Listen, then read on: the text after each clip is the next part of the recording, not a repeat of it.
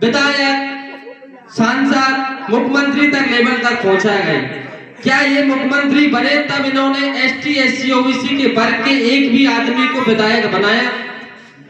जब से अभी तक यहाँ की कुर्सी जो है वो जनरल वर्ग के हाथ में ही है और सामंतवाद के हाथ में है। हमारे जैसे लोग इनके खिलाफ जब खड़े होते हैं तो ये हमारे ऊपर षड्यंत्र करते हैं। साम दाम दंड भेद से हमारे मूवमेंट को तोड़ने का इनका प्रयास चल रहा है। आज देखिए हमारे बीच में हमने मूवमेंट को खड़ा किया, रागोड़ में प्रोग्राम किया भाई दामोदर यादव जी का। आज कुछ मनुवादी ताकतें, सामंतवादी ताकतें और जो उनकी गुलामी करते हैं उन लोगों ने हमारे भाई दामोदर यादव जी का विरोध करवाना स्टार्ट कर दिया हमारे ही लोगों से। उनकी षड्यंत्र की चाल देखिए।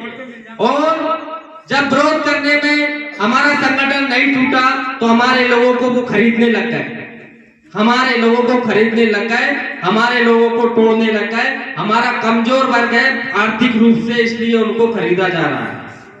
अब इन सामंतवादियों ने जब से हमारे इस विधानसभा में सीट है तब से आप उठा के देखिए इतिहास में कोई भी ओबीसी वर्ग का, एससी वर्ग का या एसटी वर्ग का इन्होंने विधायक बनाया है किस सीट से?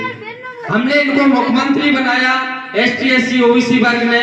और आज यही लोग हमारे खिलाफ जो यूजीसी बिल आया उसका इन्होंने खुल के समर्थन किया। यह हमारे एमएलए साहब ने खुलकर उसका समर्थन किया कि ये बिल तो बहुत बुरा है।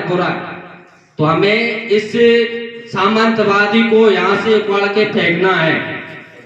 अगर ये बातें करते हैं हमारे बहुजन समाज के लोगों की, हमारे लोगों की, लोकतंत्र की, कि लोकतंत्र यहाँ पर जिंदा रहना चाहिए देश में, ये बातें करते हैं सबसे बड़ी बड़ी बातें, लेकिन क्या लोकतंत्र भारत में या रागोड़ में जिंदा है?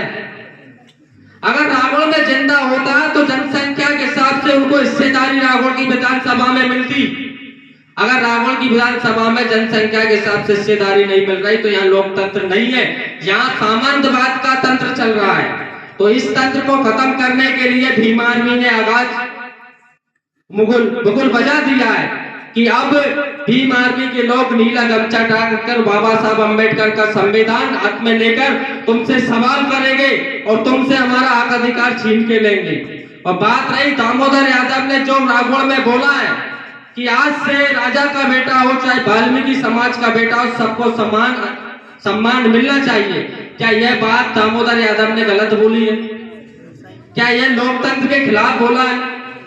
अगर तुम लोकतंत्र को मानते हो तो तुम अपने आप को सामंतवादी और राजा साहब और जय कुंभ ऐसे टैग को क्यों नहीं हटा देते हो? आप समाज से बोलिए हमसे ऐसे टैग मत लगाइए। इसमें बाबा साहब अम्बेडकर ने 1950 में संविधान लागू करके यहाँ से राजशाही को खत्म कर दिया है।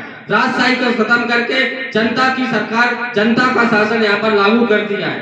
तो हमें इस विषय पर सोचना बहुत ही गहन अध्ययन है। वो हमको और भी तोड़ेंगे, हमको दबाएंगे, हमको हर तरीके से कमजोर करेंगे, लेकिन हमें कमजोर नहीं होना है।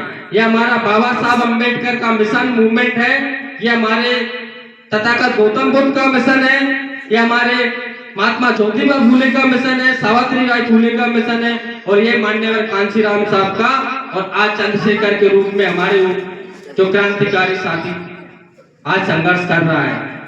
तो मेरी समाज से अपील है कि इन लोगों से डरना छोड़िए। आप इनसे डरना छोड़ दोगे उसी दिन समझ जाइए कि इस देश में लोकतंत्र लागू है। अगर यहाँ डर है सामंतवाद का तो मैं नहीं मानता हूँ कि रागोड़ की विधानसभा में लोकतंत्र जिंदा है। अगर लोकतंत्र जिंदा होता तो ये लोग 1950 से जब से विधानसभा यहाँ लागू हुई है तब से किसी अलग वर्ग का विधायक यहाँ एक बार बना देंगे।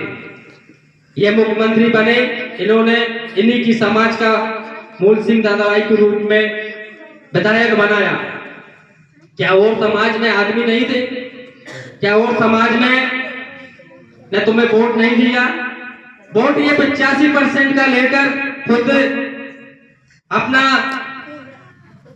कारोबार चला रहे हैं और हमारा वोट लेके जब हमारे ऊपर कुछ ऐसे बिल सुप्रीम कोर्ट ने के द्वारा आया जो हमारे बच्चों के भविष्य के लिए। जब हमारे बच्चे कॉलेजों में जाएंगे, बड़ी बड़ी कॉलेजों में जब हमारे बच्चे पढ़ने जाते हैं, पर रैगिंग के नाम पे उनके साथ जातिवाद होता है, छुआछूत होती है। रैगिंग के नाम पे उनके साथ अन्याय, अत्याचार, शोषण होता है। इसके खिलाफ सुप्रीम कोर्ट में अपीलें गई हैं, तब जाके ये कानून आया था। ऐसे ये कानून नहीं आया। तो इस कानून को इन्होंने रुकवाने का काम किया और इस कानून को हमारे इसमें लागू करवा के रहेंगे। इसको कोई भी ताकत नहीं रोक सकती है। तो हमारे बीच में अगले वक्ता के रूप में भीम आर्मी के महासचिव लक्ष्मण भाई वो आए और अपने विचार रखें।